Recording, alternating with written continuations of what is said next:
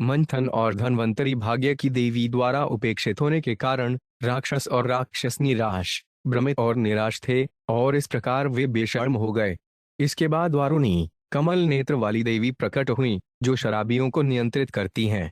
साथ देवत्व के सर्वोच्च व्यक्तित्व कृष्ण की अनुमति से बलि महाराज के नेतृत्व में राक्षसों ने इस युवा लड़की को अपने कब्जे में ले लिया।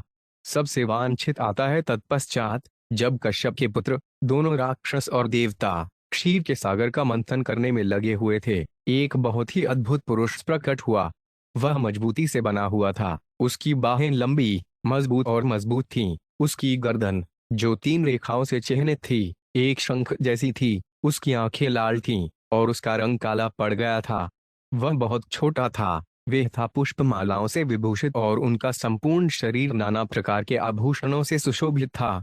उन्होंने पीले वस्त्र पहने थे और मोतियों से बने चमकीले पॉलिश किए हुए झुमके पहने थे। उसके बालों के सिरों पर तेल लगा हुआ था, और उसकी छाती बहुत चौड़ी थी। उसके शरीर में सभी अच्छे गुण थे। वह शेर की तरह हृष्टपुष्ट और मजबूत था, और वह चूड़ियों से सुशोभित था। उसने अपने हाथ में अमृत से भरा एक कलश ले रखा था। यह व्यक्ति धन्वंतरि था, जो भगवान विष्णु के पूर्ण भाग का पूर्ण भाग था। वे विज्ञान के बहुत जानकार थे चिकित्सा के क्षेत्र में, और देवताओं में से एक के रूप में उन्हें बलिदानों में हिस्सा लेने की अनुमति दी गई थी। वर्चस्व की लड़ाई शुरू हो जाती है। धन्वंतरि को अमृत का कलश ले जाते देख दातियों ने सुराही और उसमें रखी सामग्री की इच्छा से बलपूर्वक उसे छीन लिया। जब दातियों द्वारा अमृत का कलश ले जाया गया, तो देवता उदास हो गए।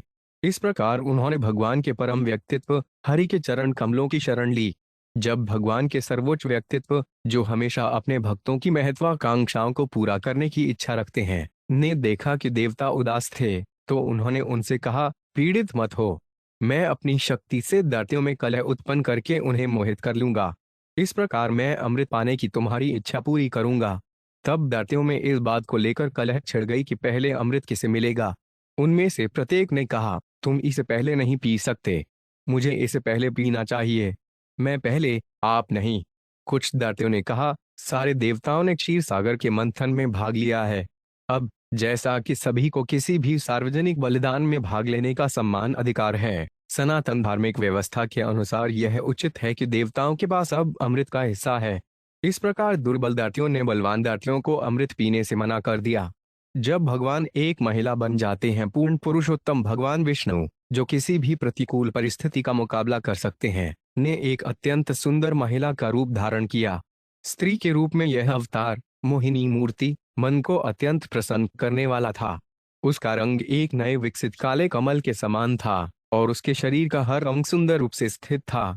कानों में कुंडल समान रूप से सुशोभित थे, गाल अत्यंत सुंदर थे, नाक उठी हुई थी, और मुख यौवन की आभा से भरा हुआ था।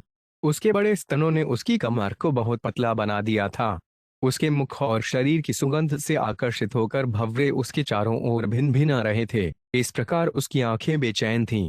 उसके केश, जो अत्यंत सुंदर थे, मलिका के साथ सुशोभित थे। पुष्प, उसकी आकर्षक रूप से निर्मित गर्दन एक हार और अन्य आभूषणों से सुशोभित थी। उसकी भुजाएं चूड़ियों से सुशोभित थीं। उसका शरीर एक साफ साड़ी से ढका हुआ था, और उसके स्तन समुद्र में द्वीप की तरह लग रहे थे सौंदर्य की।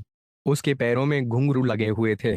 उसकी बाहों के हिलने के कारण जैसे ही वह शर्म से मुस्कुराई और राक्षसों पर नजर डाली, सभी राक्षस कामुक इच्छाओं से संतृप्त थे, और उनमें से हर एक उसे पाने की इच्छा रखता था।